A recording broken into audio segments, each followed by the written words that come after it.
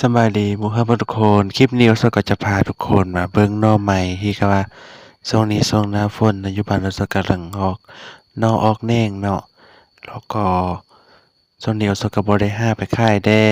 เพราะว่าฝนมันตกหลายฮู้ใดก็มีก่อหน่อไม้อยู่ข้างหอข้างเรือนก็สามารถหาเอาไปแกงไปกินได้เองล่ะโอเคคือว่าเราก็ยังทันที่ว่ามีโอกาสได้หาไปขายเนาะหน่อไม้แหน่งหน่อไม้หุ้นกลางไห้น่ะ เออ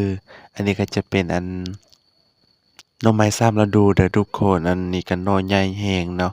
หน่อไม้ซ้ำฤดูที่เราสดปลูกไว้เนาะแต่ก็ขายไปแล้วโอเคบ่เป็นหยังเอาสดกลับมาแวะเบิ่งอันนี้ก็เป็นดินนาเด้อทุกคนดินนาล่ะเอาสดกลับมาแวะเบิ่งหน่อใหญ่แรงเนาะโอ้แม่นอันนี้จะเป็นส่วนนอกเด้อทุกคนยังมีอีกส่วนหนึ่งอยู่ข้างในเนาะแม่นมีส่วนหนึ่งอยู่ส่วนใดก็ต้องได้ไปรักษา กำลังก่อหน่อยอันน้องไม้ซ้ำฤดูก่อนปลูกแล้วแร่และแร่หลายแล้วก่อใหญ่ก่อสำแข้งสำค่านอก็นอใหญ่ก่อนอสำแข้งสำค่าหั้นน่ะออกซ้ำฤดูปีหนึ่งออก3เทื่อหน่อไม้ซ้ำฤดูดีใจแรงที่ได้กินตลอด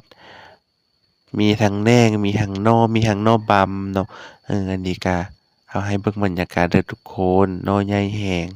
คลิปนี้ขอจบเพียงเท่านี้เด้อขออภัยหลายช่วงนี้